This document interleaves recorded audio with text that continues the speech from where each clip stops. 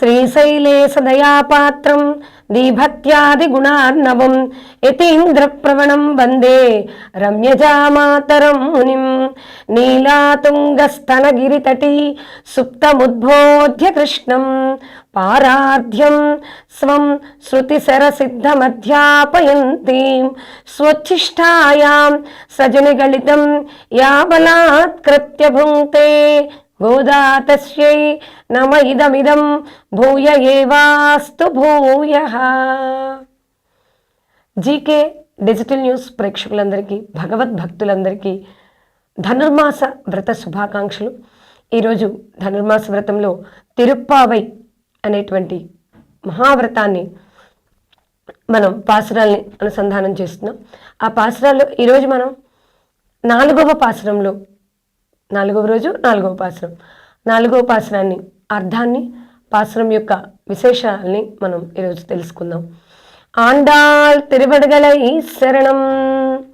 Pasuram: అరిమలై Kannan ఓన్రుని கைக்கரவேல் அழியில் book முகன்று கொடு ஆர்த்தெரி ஊழி முதல்வ நிறுவம்போல் மேயக்கருத்து poly எந்தோளுடை அற்பனாபன் கையில் ஆலி போல் மின்னி வலம்புரிப்போல் நின்றதிருந்து தாளதே சாரங்க முதைத்த செரவளை போல் வாழ உலகினில் பேயதிடாய் நாங்குளம் మార్గళి నీరాడ మగనిందేలో రెంబావాయ్.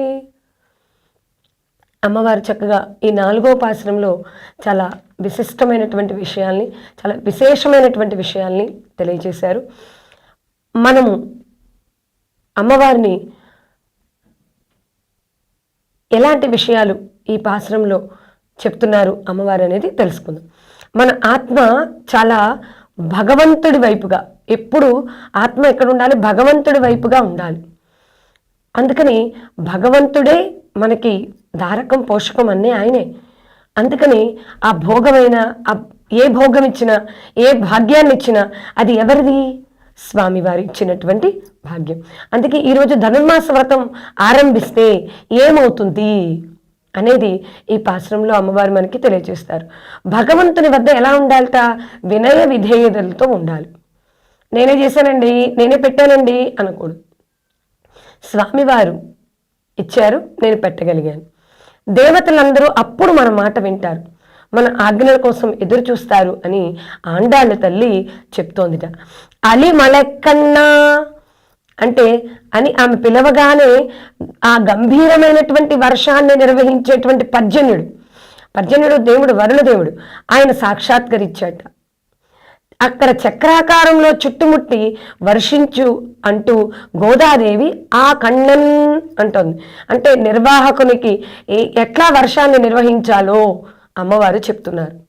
అంటే మనం భగవంతుడిని మనం భగవంతుడు చెప్పినట్లుగా ఎలా అయితే నడుచుకుంటామో అప్పుడు దేవతలు కూడా మనం చెప్పినట్లు నడుచుకుంటారు అనేది అక్కడ అమ్మవారు చెప్తున్నారు. ఇంకా ప్రకృతిలోనే అమ్మవారు భగవంతుని చూశారు, భగవంతుడిలో ప్రకృతిని చూశారు. ఓ పర్జన్యదేవా, నీ దాతృత్వము ఏ మాత్రము లోపించకుండా నీ ఔదార్యం అంతా కలిపి ఇక్కడ మాకు వర్షంగా వర్షించు. అసలు వర్షం లేకపోతే ఏముందండి? యజ్ఞాలు చేసేది ఎందుకు? మనం వర్షాలు పట్టడం కోసం. యజ్ఞం చేస్తే వర్షం పడుతుంది, వర్షం పడితే పంటలు పండుతాయి, పంటలు పండితే సస్యశ్యామలంగా ఉంటుంది, తినటానికి ఆహారం లభిస్తుంది. ఆహారం తింటే కదా శరీరానికి శక్తి. అందుకని మంచి వర్షాన్ని ఇమ్మని అడుగుతున్నారు అక్కడ అమ్మవారు. సముద్రంలోకి వెళ్ళి ఏం చేస్తుంది? సముద్రంలో ఏం నీరు ఉంటుంది? ఉప్పు నీరు ఉంటుంది. ఉప్పు నీరుని స్వీకరించి మనకి మంచి నీరుని వర్షంగా ఇస్తుంది. మేఘుడు ఎంత గొప్పవాడు, ఎంత పరోపకారం చేస్తున్నాడు అనేది అమ్మవారు ఇక్కడ వివరిస్తున్నారు. సర్వ జగత్కార భూతుడగు శ్రీమన్నారాయణుడి దివ్య విగ్రహము వలె మేఘశ్యాముడివి కమ్ము అని అమ్మవారి పర్జనుడికి చెప్తున్నారు. ఆపై పద్మనాభుని సుందర విశాల బాహుయుగలిలో దక్షిణ భుజములందలి సుదర్శన చక్రము వలె మెరియు.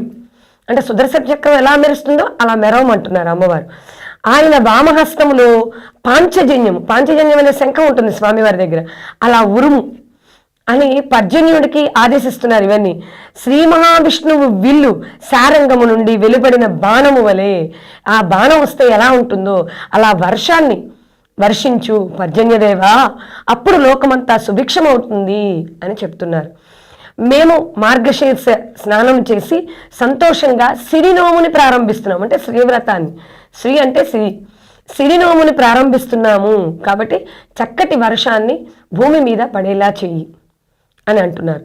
గోదాదేవి ప్రకృతిలో ఎవరిని దర్శించారు? భగవంతుడిని దర్శించారు. అట్లే భగవంతుల్లో ప్రకృతిని దర్శించారు. ఎవరినైనా మనం ఎదిరించి ముందుకెళ్తామేమో కానీ భగవంతుడిని ఎదిరించలేము, ప్రకృతిని కూడా ఎదిరించలేము. అలాగే ప్రకృతికి వికృతంగా చేస్తే ఏమవుతుంది? ఇప్పుడు అదే కదా మనం గ్లోబల్ వార్మింగ్ అంటున్నాం. అది వికృతిగా చేయటం వల్లే వస్తున్నాయి ఇబ్బందులు. ప్రకృతిని అనుసరించి వెళ్తూ ఉంటే, ప్రకృతి ఆరాధన చేస్తూ ఉంటే ఎప్పుడూ సుభిక్షంగా ఉంటుంది అని అమ్మవారు చెప్తున్నారు. ఇంకా ఇక్కడ భగవద్భావనతో భగవత్ సాదృశ్యమును అనుభవిస్తూ ఈ పాసురాన్ని చక్కగా ఆండాళ్ళ తల్లి మనకి వివరించి చెప్పారు. గోదాదేవి ఇంకొక ముఖ్య విషయాన్ని మనకి చెప్తున్నారు అమ్మవారు. భగవానుడే ఉపమానములకే ఉపమానం కనుక ఆయనను మేఘంతో పోల్చవచ్చునా? పోల్చరాదు. మరి ఎట్లా? ఆ మేఘం భగవానునితో సమానమైన రూపము కలది అనాలి, అంతే. భగవంతుడితో పోల్చకూడదు, అక్కడ భగవంతుడితో సమానమైన రూపము కలది అని అనాలి. అందుకని నాచియార్ తిరుమొళి అనేటువంటి ప్రబంధాన్ని కూడా అమ్మవారు రచించారు. దానిలో చక్కగా రాశారు, విండీల మేలాప్పు విరిత్పార్ పోల్ మేఘంగాళ్ అని. అంటే ఆకాశమున కట్టిన నల్లని చాందిని వంటి మేఘములారా అంటూ అన్నారట. అంటే మేఘాన్ని భగవంతుడితో పోల్చారు. భగవంతుల్లా ఉంది మేఘం, అంతే.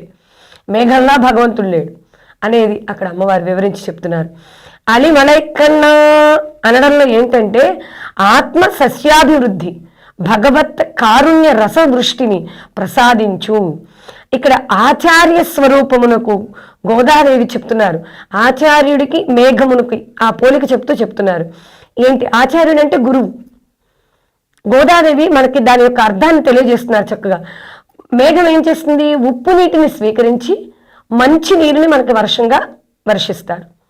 అట్లాగే ఆచార్యులు కూడా ఏం చేస్తారు?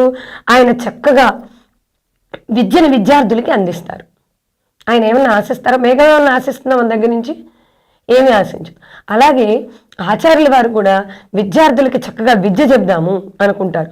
గుణహీనుడైనా గుణవంతుడైనా మందబుద్ధి అయినా కుశాగ్ర బుద్ధి అయినా ఆయనకేమీ తేడా ఉండదు.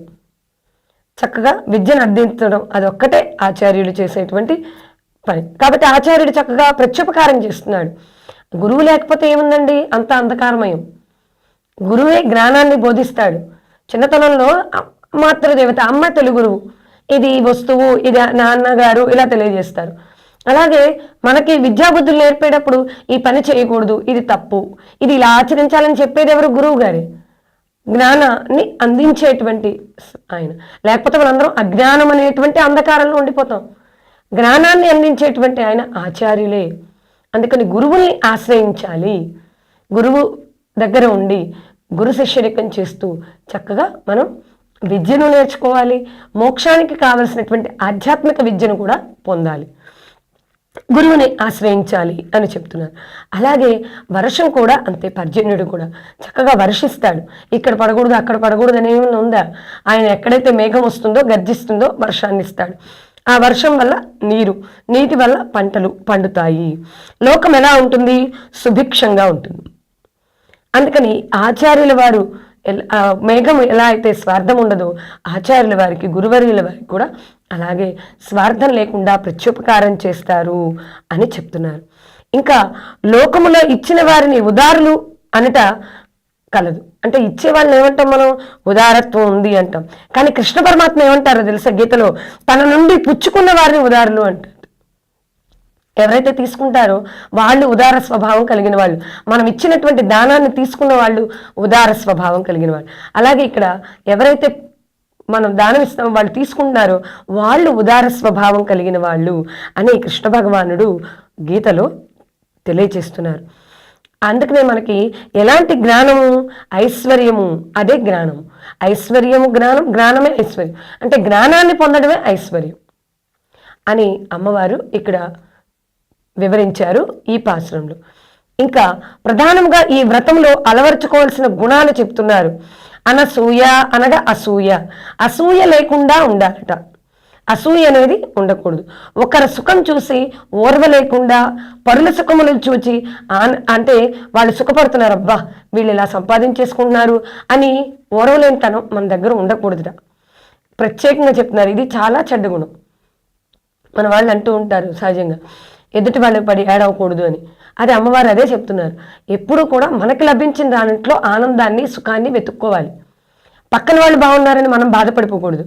అక్కడ అమ్మవారు అది చెప్తున్నారు. అలాగే అంతేకాదు, నలుగురిలో కలిసి ఏ మంచి పనైనా చేయాలి.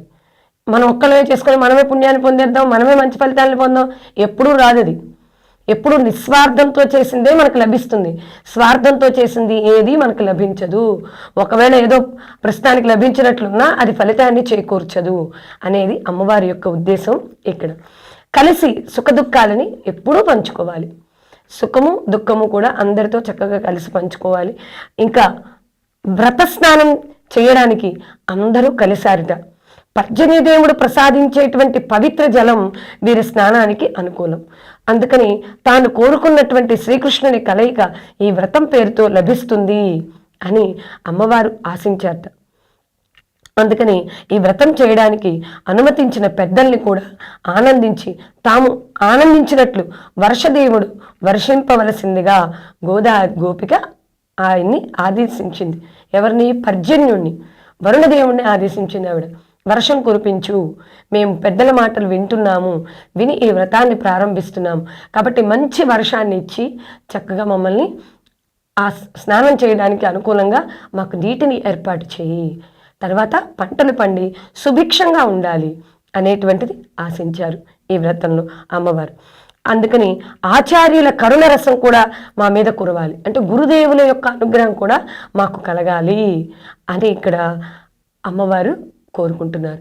మేము ఇవి చేయగలిగితేనే మేము కృష్ణుని కలవగలుగుతాం, కృష్ణుని చేరుకోగలుగుతాం అనేది అమ్మవారి యొక్క ఆర్తి.